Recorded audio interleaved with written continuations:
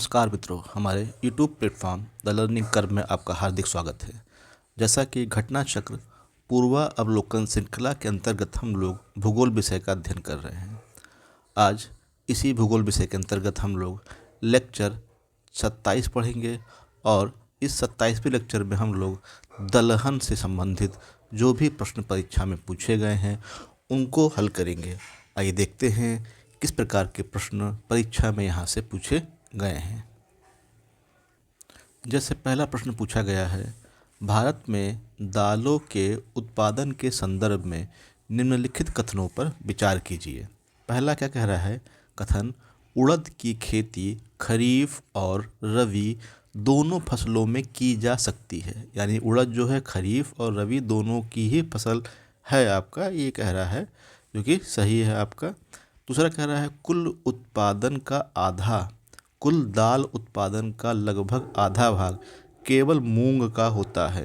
तो ऐसा नहीं है कि आधी दाल केवल मूंग की होती है, लगभग 14 से 15% भाग जो है वो मूंग मिलता है आपका, यानी 14% से 15% तक आपका मूंग होता है। इसलिए दूसरा कथन आपका गलत है।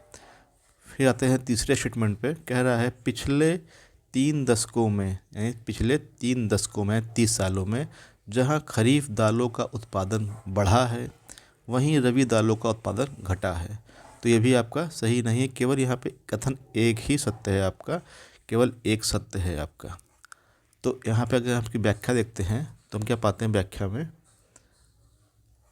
कह रहा है, उड़द उष्णकटिबंधीय जलवायु की फसल है। उड़द उष्णकटिबंधीय जलवायु की फसल है। यह उत्तर भारत में खरीफ तथा दक्षिण भारत में रबी और खरीफ दोनों मौसम की फसल है। यानी दक्षिण भारत में रबी और खरीफ दोनों की फसल है, जबकि उत्तर भारत में क्या है, ये खरीफ की फसल है। अतः कथन एक सत्य है। वर्ष 2016-17 में मूंग का उत्पादन कुल दलहन का 14.7% था। अन्य वर्षों में भी इसी के आसपास रहता है। अतः कथन 2 असत्य है।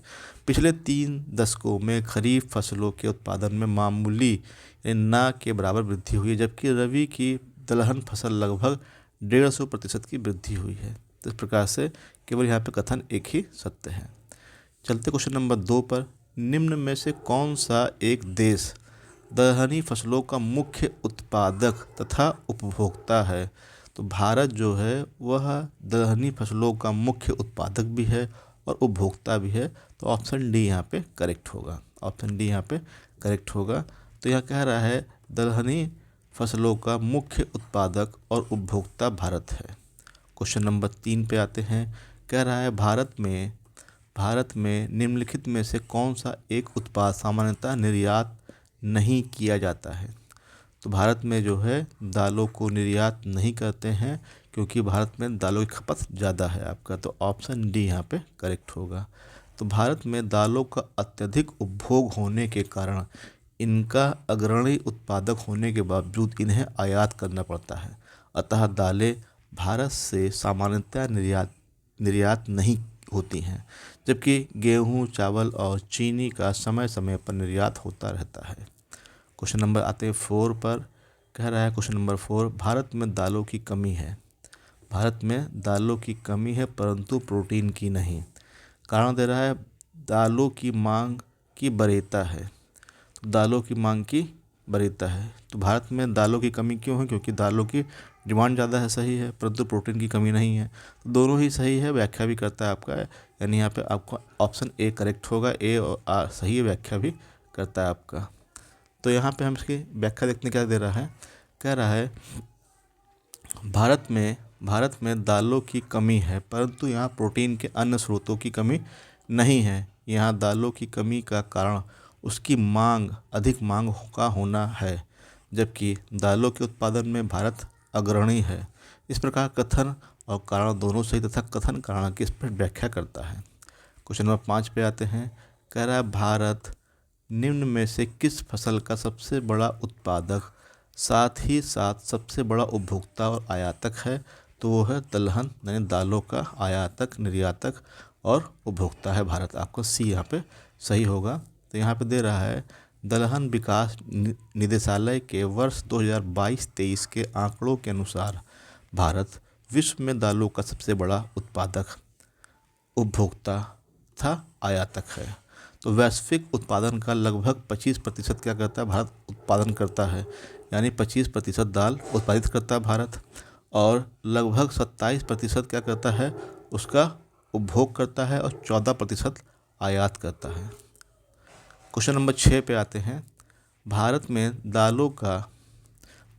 दालों का सबसे बड़ा उत्पादक राज्य है, तो ये होगा आपका मध्य प्रदेश। ऑप्शन सी यहाँ पे करेक्ट होगा। ऑप्शन सी यहाँ पे करेक्ट होगा। तो यहाँ पे दे रहा है 2024-25 के आंकड़ों के अनुसार वर्ष 2023-24 में भारत में दालों का सबसे बड़ा उत्पादक राज्य मध्य प्रदेश है। इस संदर्भ में महाराष्ट्र एवं राजस्थान क्रमशः दूसरा और तीसरे स्थान पर है। यानी पहले स्थान पर कौन है आपका, पहले स्थान पर आपका मध्य प्रदेश है, दूसरे स्थान पे आपका महाराष्ट्र है दालों के उत्पादन में, दूसरे स्थान पे महाराष्ट्र और तीसरे स्थान पे राजस्थान है। तो इसको याद रखिएगा। क्वेश्चन नंबर आते हैं 7 पर। कह रहा है क्वेश्चन नंबर 7, फसल का प्रकार जिसमें हवा से नत्रजन यानी नाइट्रोजन संचित करने की क्षमता होती है, तो जो दलहनी फसलें होती हैं उनमें ये क्षमता पाई जाती है कि वह हवा से नाइट्रोजन जो है संचित करती हैं। तो ऑप्शन बी यहाँ पे करेक्ट होगा। ऑप्शन बी यहाँ पे करेक्ट होगा। तो दलहनी फसलों में हवा से नाइट्रोजन संचित करने की क्षमता होती है। दलहनी फसलों के उत्पादन हेतु कौन सा तत्व आवश्यक है, तो दलहनी फसलों के उत्पादन हेतु कोबाल्ट तत्व आवश्यक है। ऑप्शन बी इसका करेक्ट होगा। तो व्याख्या देखते हैं यहाँ पे हम। कोबाल्ट राइजोबियम द्वारा तात्विक नाइट्रोजन स्थिरीकरण के लिए आवश्यक तत्व है तथा विटामिन B12 के संश्लेषण में सहायक होता है। यह प्रकाश संश्लेषण, बाष्पोत्सर्जन एवं वृद्धि के लिए आवश्यक है। राइजोबियम दलहनी फसलों की जड़ों में पाया जाने वाला बैक्टीरिया है। तो इस प्रकार से ये इसकी व्याख्या थी। आते हैं क्वेश्चन नंबर 9 पर। कह रहा है निम्नलिखित में से कौन सही सुमेलित नहीं है। अरहर, नीलम, मूंगफली, चंद्रा। इसी प्रकार से देखते हैं मसूर, पंत L 406, पंत L 406 और सरसों वरुणा। तो सरसों जो है इसकी वरुणा इसकी प्रजाति है आपकी। मसूर की पंत L 406 है, मूंगफली की चंद्रा है, अरहर की नीलम नहीं है। नीलम किसकी है, नीलम आम की प्रजाति है, आम की प्रजाति है। तो यहाँ पे ए वाला सुमेलित नहीं होगा। ऑप्शन ए यहाँ पे इसका सुमेलित नहीं है। तो नीलम अरहर की प्रजाति नहीं है बल्कि आम की एक प्रजाति है। अन्य प्रश्नगत युग्म सुमेलित हैं। क्वेश्चन नंबर 10 पे आते हैं। कह रहा है वायुमंडल के नाइट्रोजन का स्थिरीकरण न करने वाली दलहनी फसल है। यानी कि जो वायुमंडल के नाइट्रोजन का स्थिरीकरण नहीं करती है उसका नाम क्या है यहाँ पे। तो यहाँ ऑप्शन दे रहा है चना, मटर, मूंग और राजमा। तो सही उत्तर क्या होगा, राजमा होगा वैसे। और राजमा भी इनकी अपेक्षा कम मात्रा में करता है, लेकिन करता है ये भी। फिलहाल ऑप्शन सी यहाँ पे इसका सही उत्तर होना चाहिए। तो यहाँ पे क्या कह रहा है चना, मटर, मूंग की फसलें वायुमंडल के नाइट्रोजन का स्थिरीकरण करती हैं, जबकि यह कहना भी गलत होगा कि राजमा फसल वायुमंडल से नाइट्रोजन का स्थिरीकरण एकदम नहीं करती है। तो इस प्रकार से इतना ही हमको ध्यान रखना है। एकदम नहीं करती मतलब करती है, कम करती है। अलग अलग शोध रिपोर्टों के अनुसार राजमा की नाइट्रोजन स्थिरीकरण की क्षमता अलग अलग है। चलते क्वेश्चन नंबर नेक्स्ट पर। कह रहा है दलहनी फसलों में संतुलित खाद का अनुपात यानी NPK है, क्या होता है आपका। तो ये होता है आपका 2-2-1, सॉरी 1-1-2। ऑप्शन ए यहाँ पे करेक्ट होगा। 1-2-2, तो ऑप्शन 1 यहाँ पे करेक्ट होगा। तो यहाँ पे जो बनेगा अनुपात वो बनेगा 0-1-1 का 1 बनेगा, यानी NPK का जो अनुपात होगा 0-1-1 होगा। और क्या होगा 1-2-2 होगा।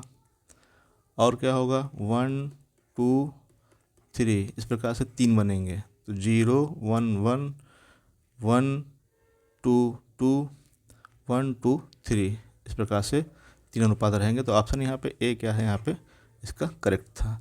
तो फलीदार अथवा दलहनी फसलों में संतुलित उर्वरक का अनुपात NPK का अनुपात 0:1, 0:1:1, 1:2:2 अथवा 1:3 होता है, इसलिए विकल्प ए सही है। क्वेश्चन नंबर 12 पे आते हैं। कह रहा है अरहर का जन्म स्थान क्या है? तो अरहर का जन्म कहाँ हुआ है? वो भारत में हुआ है। ऑप्शन बी यहाँ पे करेक्ट होगा। अरहर का जन्म स्थान क्या है? भारत है। तो प्रमुख दलहन फसल अरहर की उत्पत्ति भारतवर्ष में हुई थी। क्वेश्चन नंबर नेक्स्ट है आपका, मालवीय चमत्कार एक प्रजाति है। तो मालवीय चमत्कार एक प्रजाति है अरहर की। ऑप्शन बी यहाँ पे करेक्ट होगा। ऑप्शन बी यहाँ पे करेक्ट होगा। तो यहाँ दे रहा है मालवीय चमत्कार अरहर की एक प्रजाति है। अरहर की अन्य मुख्य प्रजातियाँ हैं जैसे अमर, आज़ाद, बहार, मालवीय विकास, पारस इत्यादि। नेक्स्ट चलते हैं क्वेश्चन नंबर 14 पर। कह रहा है निम्नलिखित में से कौन सही सुमेलित है? अरहर की बहार प्रजाति है, अभी हम देखे थे कि बहार अरहर की प्रजाति है, सही सुमेलित है। कह रहा है जौ की प्रजाति का बता रहा है PW343। तो ये क्या है आपकी? ये गेहूं की प्रजाति है, ना कि जौ की। अर्पणा जो है ये मटर की है, मटर की प्रजाति है। और NW1014 जो है आपकी, ये भी गेहूं की प्रजाति है। तो इस प्रकार से यहाँ पे ऑप्शन ए सुमेलित है, बाकी सब सुमेलित नहीं है। क्वेश्चन नंबर 15 पे आते हैं। तो यहाँ दे रहा है बहार अरहर की प्रजाति है, अन्य सुमेलित नहीं है। फिर कह रहा है आपसे बहार एक प्रसिद्ध प्रजाति है किसकी? अरहर की। ऑप्शन सी यहाँ पे करेक्ट है। क्वेश्चन नंबर 16 पे आते हैं। कह रहा है मटर की पत्ती विहीन जाति है, तो वो है आपकी अर्पणा। ऑप्शन सी यहाँ पे करेक्ट होगा। मटर की पत्ती विहीन प्रजाति अर्पणा है। क्वेश्चन नंबर 17 पे आते हैं। निम्नलिखित राज्यों में से कौन सा वर्ष 2011-12 में दालों का सबसे बड़ा उत्पादक था? तो 2011-12 की बात कर रहा है कि उस समय कौन था? तो उस समय भी मध्य प्रदेश था आपका। ऑप्शन डी यहाँ पे करेक्ट है। और वर्तमान में भी अगर हम देखें तो प्रश्नकाल एवं वर्ष 2023-24 में मध्य प्रदेश दालों का सबसे बड़ा उत्पादक राज्य था और अभी भी क्या है? उत्पादक राज्य है। क्वेश्चन नंबर 18 पे आते हैं। कह रहा है निम्नलिखित में से कौन सा युग्म सही सुमेलित नहीं है? सरसों की वर्णा प्रजाति सरसों की है, सही है आपका। मटर की सपना, ये भी सही है। अलसी दे रहा है सूर्य की, सूर्या, तो सूर्या किसकी है? सूर्या आलू की प्रजाति है। मूंगफली की कौशल, सही है आपका। तो यहाँ पे अलसी वाला सुमेलित नहीं है। ऑप्शन सी सुमेलित नहीं है आपका। ऑप्शन सी यहाँ पे सुमेलित नहीं है। तो सूर्या अलसी की प्रजाति नहीं है, शेष सभी युग्म सुमेलित हैं। तो इस प्रकार से हमने देखा था ये आपका कि दलहन से संबंधित प्रश्नों को देखा। नेक्स्ट टॉपिक में हम लोग चर्चा करेंगे अगले टॉपिक की। धन्यवाद।